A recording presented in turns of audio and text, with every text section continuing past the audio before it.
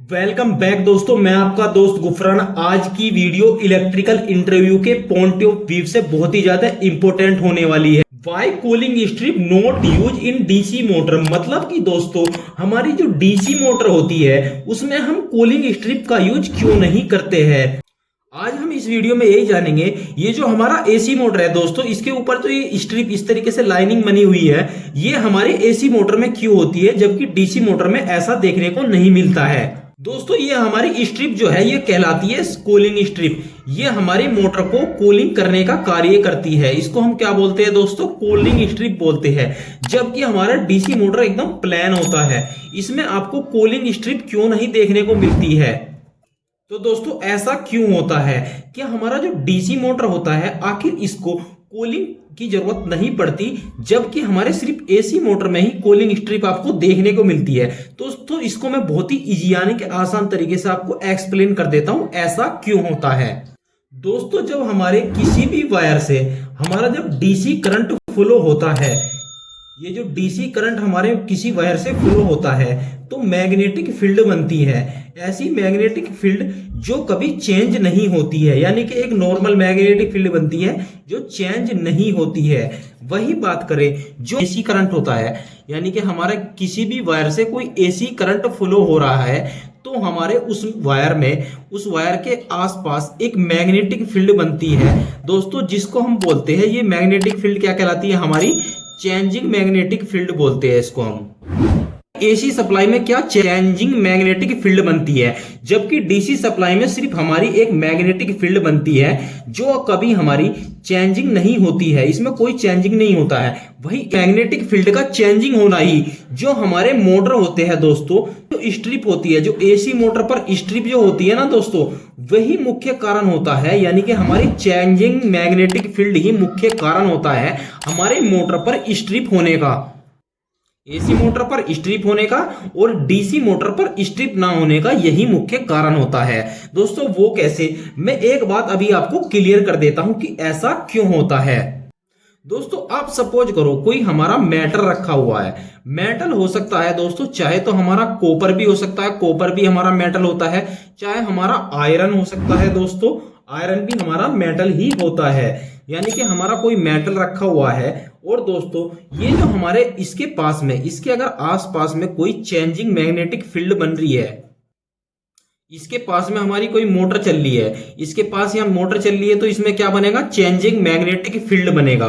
तो दोस्तों changing magnetic field बनने के कारण क्या हो सकता है, ये जो हमारी मैग्नेटिक फील्ड जो है दोस्तों, ये हमारे मेटल से लिंक कर सकता है। अगर ये हमारे मेटल से लिंक कर जाता है तो इसमें क्या होगा दोस्तों, हमारे मेटल के यानी कि लिंक करने के कारण हमारा जो मेटल है दोस्तों, हमारे मेटल के अंदर एक तरह से एक ईएमएफ यानी कि ईएमएफ इंड्यूज हो जाएगा। ईएमएफ मतलब दोस्तों हमारा वोल्टेज इंड्यूज हो जाएगा।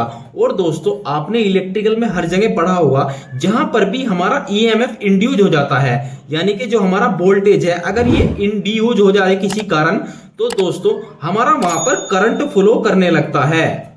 ये आपने इलेक्ट्रिकल में बहुत जगह आपको पढ़ने को मिला होगा कि जहां पर भी हमारा ईएमएफ मतलब वोल्टेज इंड्यूस हो जाता है वहां पे हमारा करंट फ्लो हो जाता है। वो कैसे होता है दोस्तों, अगर कोई हमारी चेंजिंग मैग्नेटिक फील्ड बन रही है, अगर ये हमारे किसी मेटल से लिंक कर जाती है और मेटल से लिंक करने के बाद क्या होगा, इसमें ईएमएफ इंड्यूज होगा, मतलब कि दोस्तों हमारा वोल्टेज इंड्यूज होगा। और वोल्टेज इंड्यूज होने के बाद क्या होगा, इसमें हमारा करंट फ्लो होने लग जाएगा। हमारा मेटल है वो हमारा मेटल किससे लिंक हो रहा है, हमारे जो मैग्नेटिक फील्ड है उससे लिंक होगा, और उस मेटल में भी क्या होगा, हमारे करंट फ्लो होने लग जाएगा। तो आपने इलेक्ट्रिकल में एक वर्ड जरूर सुना होगा, एडी करंट। दोस्तों ये जो ईएमएफ इंड्यूज हो रहा है, ये जो करंट फ्लो हो रहा है, यही क्या कहलाता है, हमारा एडी करंट कहलाता है। दोस्तों इतना प्रोसेस हो रहा था हमारे मोटर में, एडी करंट फ्लो हो रहा है। तो एडी करंट फ्लो होने के कारण क्या हो रहा है, हमारी जो मोटर है दोस्तों, मोटर क्या हो जा रही है, हीट हो जा रही है।